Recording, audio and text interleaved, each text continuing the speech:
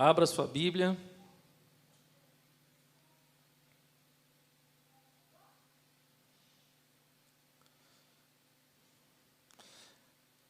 Lucas, capítulo 23,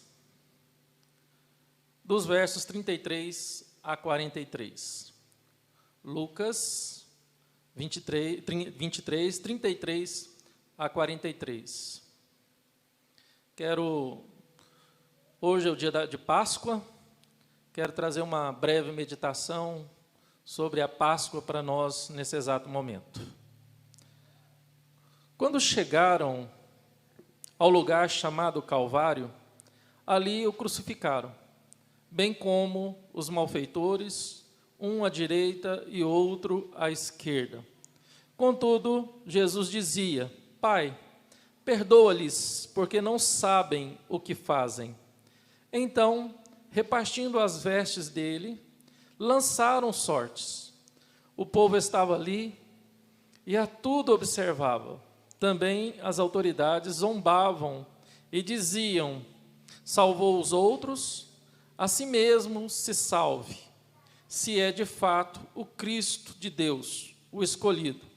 Igualmente, os soldados os escarneciam, aproximando-se, trouxeram-lhe vinagre, dizendo: se tu és o rei dos judeus, salve-te a ti mesmo.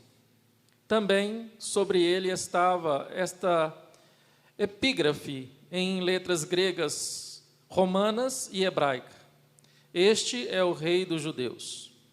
Um dos malfeitores crucificados blasfemava contra ele, dizendo: não és tu o Cristo? Salva-te a ti mesmo e a nós também. Respondeu-lhe, porém, o outro, repreendendo, dizendo: nem ao menos temes a Deus, estando sobre igual sentença? Nós, na verdade, com justiça, porque recebemos o castigo que os nossos atos merecem, mas este nenhum mal fez. E acrescentou: Jesus, lembra-te de mim, quando vieres no teu reino. Jesus lhe respondeu: em verdade te digo, que hoje estarás comigo no paraíso. Vamos orar, irmãos. Pai querido, Deus, peço iluminação por parte do Teu Espírito Santo, para que eu possa, Deus, trazer ao coração de cada um dos nossos irmãos que estão acompanhando de casa, e aqueles que aqui estão, a Tua mensagem, aquilo que o Senhor quer falar, não aquilo que eu quero ou aquilo que eu acho, mas aquilo que a Tua palavra tem para cada um de nós, e que as palavras dos meus lábios e o meditar do meu coração possa ser agradável somente a Ti, Senhor Deus, Rei meu e Deus meu, em nome do Senhor Jesus. Amém. Irmãos, hoje é o dia em que o mundo cristão e parte do mundo pagão comemoram-se a Páscoa. Sabemos que a Páscoa que os cristãos comemoram, ou deveriam comemorar, é a Páscoa que retrata a ressurreição de Cristo. Agorinha nós vamos estar aqui ministrando a ceia, o corpo e o sangue de Cristo. Significa a presença espiritual e a presença real de Cristo, não nos elementos, mas a presença real de Cristo entre nós, no meio da sua igreja. Cremos que o Senhor Jesus se faz presente quando a igreja se reúne para partir do pão, para compartilhar o pão e beber do cálice. Esta é a verdadeira Páscoa. O cordeiro que foi entregue, o cordeiro de Deus que foi entregue, o cordeiro que foi morto, mas o cordeiro que ressuscitou. Lembrando aos irmãos, como todo ano é de praxe, nós sabemos que a primeira Páscoa foi celebrada no Egito. A primeira Páscoa foi parte de uma das pragas, onde Deus matou todos os primogênitos do povo egípcio, onde o anjo da morte passou sobre a casa dos egípcios e a casa do povo hebreu. E a casa que tivesse no umbral das suas portas, manchada com o sangue do cordeiro que foi imolado, o anjo da morte não entraria naquela casa. E assim, todos os primogênitos do povo hebreu foram salvos. E apenas os primogênitos dos egípcios morreram. E essa praga fez com que, de fato, o faraó libertasse o povo hebreu do seu cativeiro, da sua escravidão, para ir em direção à terra prometida, aquela na qual Deus tinha prometido a Abraão, Isaque e Jacó, a José. Deus tinha prometido a Moisés. E aí, irmãos, desse período para cá, a igreja, assim posso dizer, o povo hebreu, melhor dizendo, eles vinham comemorando a Páscoa, a festa dos tabernáculos, a Páscoa, depois da Páscoa o Pentecostes, e aí vem comemorando a Páscoa. E no contexto que nós lemos aqui, estava justamente no período de comemoração da Páscoa. Estava no período de comemoração da Páscoa. Jesus, ele morreu um dia antes da Páscoa e ressuscitou no dia da comemoração da Páscoa judaica. E quando ele se reúne com os seus discípulos, ele olha para aquilo que ficou para trás, para a antiga aliança, e fala: olha, essa é a antiga aliança, mas agora eu tenho para vocês uma nova aliança. Este é o sangue, esse cálice é o sangue da nova e eterna aliança. Jesus agora estava substituindo todo aquele ritual antigo, da antiga aliança, agora pela ceia. A Páscoa agora é a ceia do Senhor, o pão e o cálice. Irmãos, esse texto nos traz algumas lições preciosas em relação à Páscoa, ou pré-Páscoa, se assim podemos dizer. Quando chegaram no lugar chamado Calvário, ali crucificaram bem como os malfeitores, uma à direita e outra à sua esquerda. Contudo, Jesus dizia: Pai, perdoa-lhes, porque não sabem o que fazem. Então, repartindo as suas vestes, lançaram sortes. A primeira questão que nós devemos levar em consideração é que Jesus não morreu em vão. Jesus, ele não se entregou em vão. A primeira questão é que Jesus, ele morreu para nos perdoar. Ele morreu para nos dar perdão, para nos dar de fato, para nos tornar de fato alvos da misericórdia de Deus. O perdão foi concedido não somente àqueles algozes que colocaram Jesus na cruz, que maltrataram ele, mas o perdão também foi concedido a todos nós que fazemos parte de uma nova aliança e reconhecemos que Jesus é de fato o Cordeiro de Deus que tira o pecado do mundo. Em Cristo nenhuma condenação há. Nenhuma condenação há para aqueles que estão em Cristo Jesus, porque Ele pediu, Ele rogou e Ele conquistou na cruz o perdão que nós precisávamos, que nós carecíamos. E quando Jesus falou: olha, perdoa-lhes, Pai, porque não sabem o que fazem, Jesus estava apontando para a ignorância daquele povo. Jesus estava apontando para a cegueira daquele povo. E quando a gente fala de ignorância e de cegueira, devemos olhar para nós, ou olhar para o mundo, principalmente nessas circunstâncias em que nós estamos vivendo, dessa pandemia, desse isolamento social, e perceber o quão cego e o quão ignorante o mundo está sendo diante dessa realidade de sofrimento que nós estamos passando. Uma realidade de medo, de uma realidade de espanto. O mundo, ao invés de se dobrar, de se colocar e de se jogar aos pés de Jesus e buscar em Deus, eles esperam nas suas próprias forças, eles se apoiam nas suas próprias forças, buscam em tantas outras coisas. Hoje eu comentei na escola bíblica dominical que eu vi um vídeo das pessoas, logo na primeira semana da pandemia, nas janelas dos prédios, louvando, adorando, porque Ele vive, posso crer no amanhã, temor não há. Foi uma semana em que nós nos vislumbramos com a reação de fé de muita gente. Prédios, bairros cantando ao mesmo tempo. Na segunda semana parece que esfriou. Na terceira semana já havia falado de shows. Shows de samba, de pagode, de dupla sertaneja, lives e mais lives que nos dá milhões de pessoas assistindo.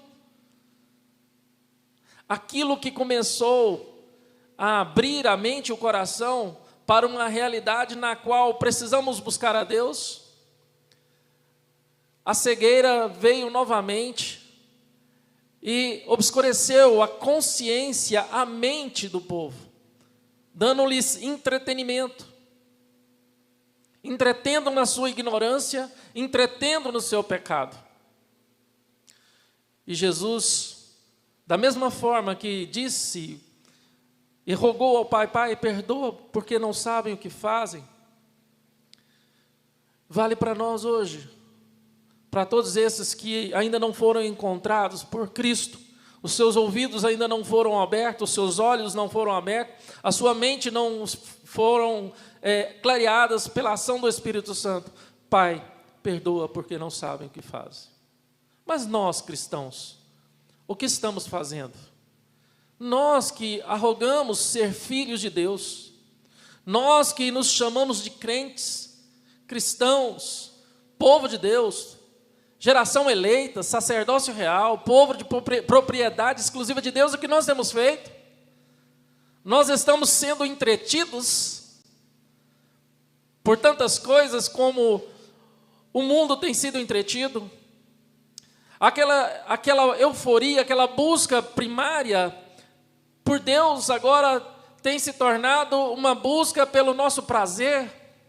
Será que também nós estamos nos entregando à ignorância e ao pecado? Será que as coisas, o entretenimento desse mundo por meio da internet também tem nos assediado? Infelizmente, diante dessas gigantescas lives de sertanejos e bandas que estão fazendo, onde milhões de pessoas estão assistindo, infelizmente a gente percebe que crentes estão assistindo, printando as suas telas e jogando nos seus Instagrams. Até onde, irmãos, nós vamos nos entregar a esse entretenimento?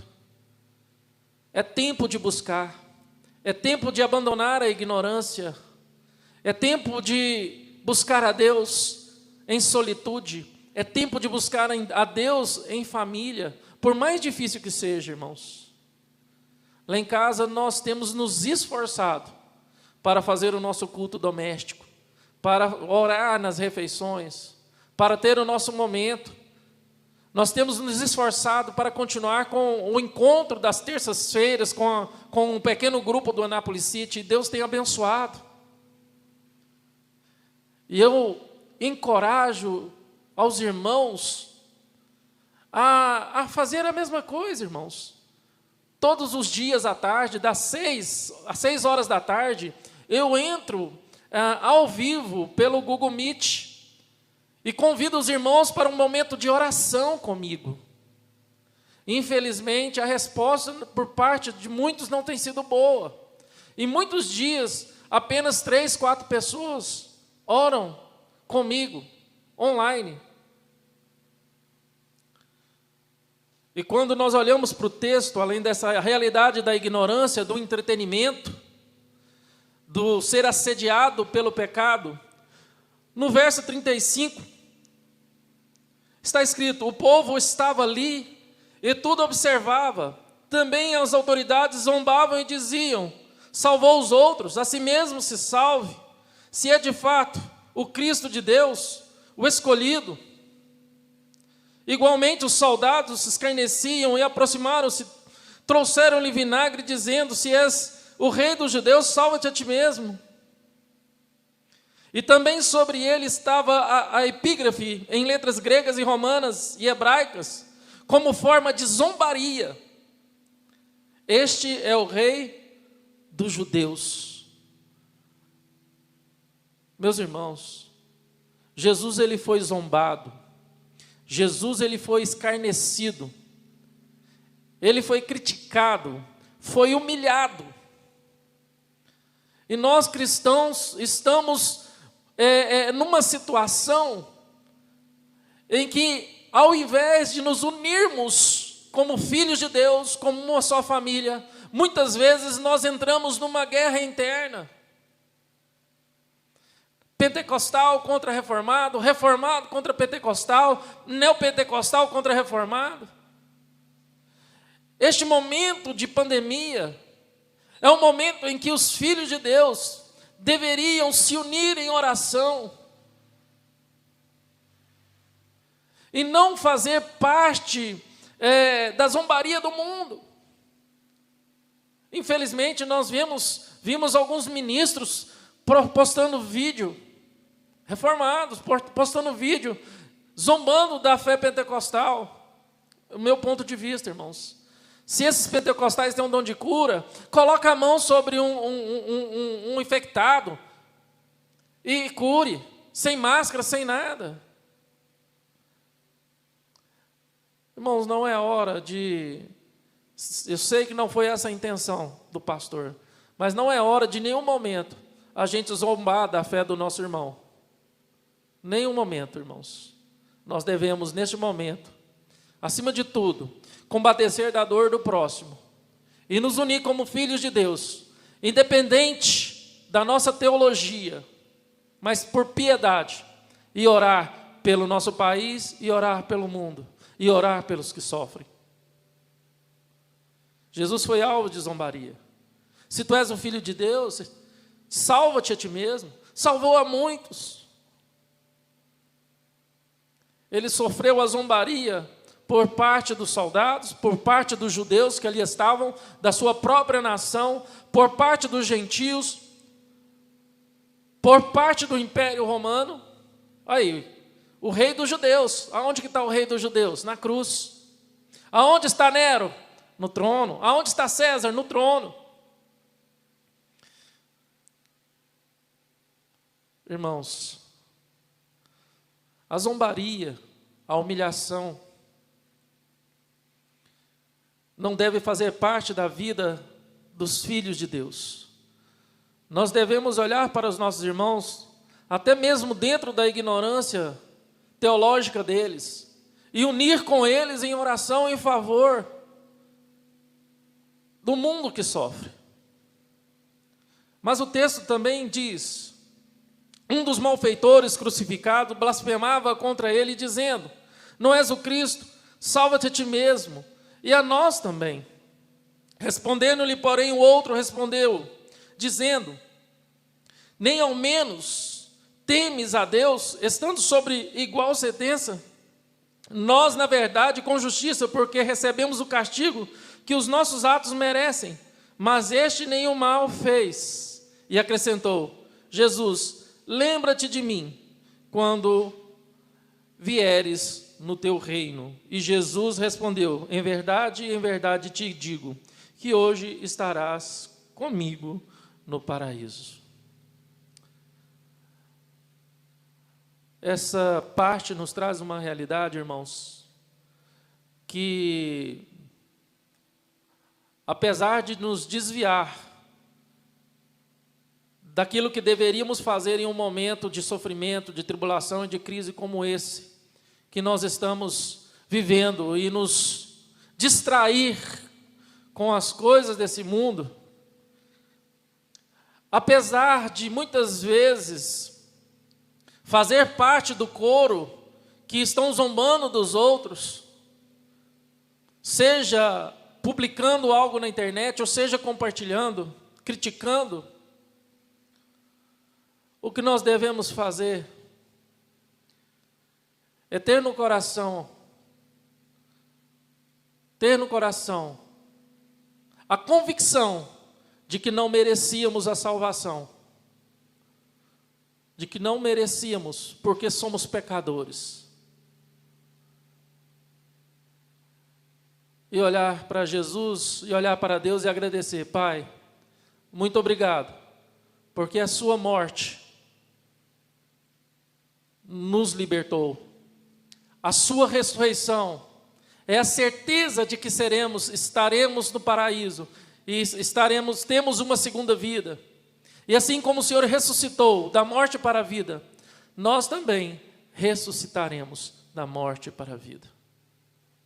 Irmãos, que esta mensagem de Páscoa que eu estou trazendo para vocês aqui à noite sirva para abrir os vossos olhos, para que vocês possam enxergar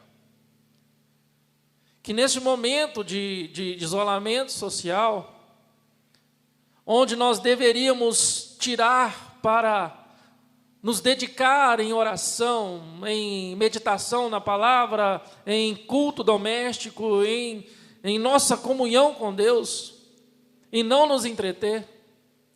Porque se você estudar as Escrituras, você vai ver claramente que no momento de tragédia, de pandemia, de sofrimento mundial, o cristão, ao invés de ficar vendo lives de cantores e pagodes e sambas, e tantas coisas de entretenimento na internet, ao invés de entrar em intrigas, briguinhas por questões teológicas, deveriam se unir em oração, em clamor, em uma busca por Deus, em Deus, para que Deus possa amenizar, encurtando esse período. Hoje de manhã, no culto de Apocalipse, quando Jesus fala para a igreja de Esmirna que a duração daquele sofrimento, daquela perseguição seria por 10 dias. Mostra claramente, que todo sofrimento, toda tribulação tem um período para acabar. Deus determinou no mundo, em nossas vidas, um tempo específico para acabar certos tipos de tribulação e sofrimento. E que também, pelo significado do número 10, que é no Apocalipse, o 10 representa a ação maligna em perseguição ao cristão.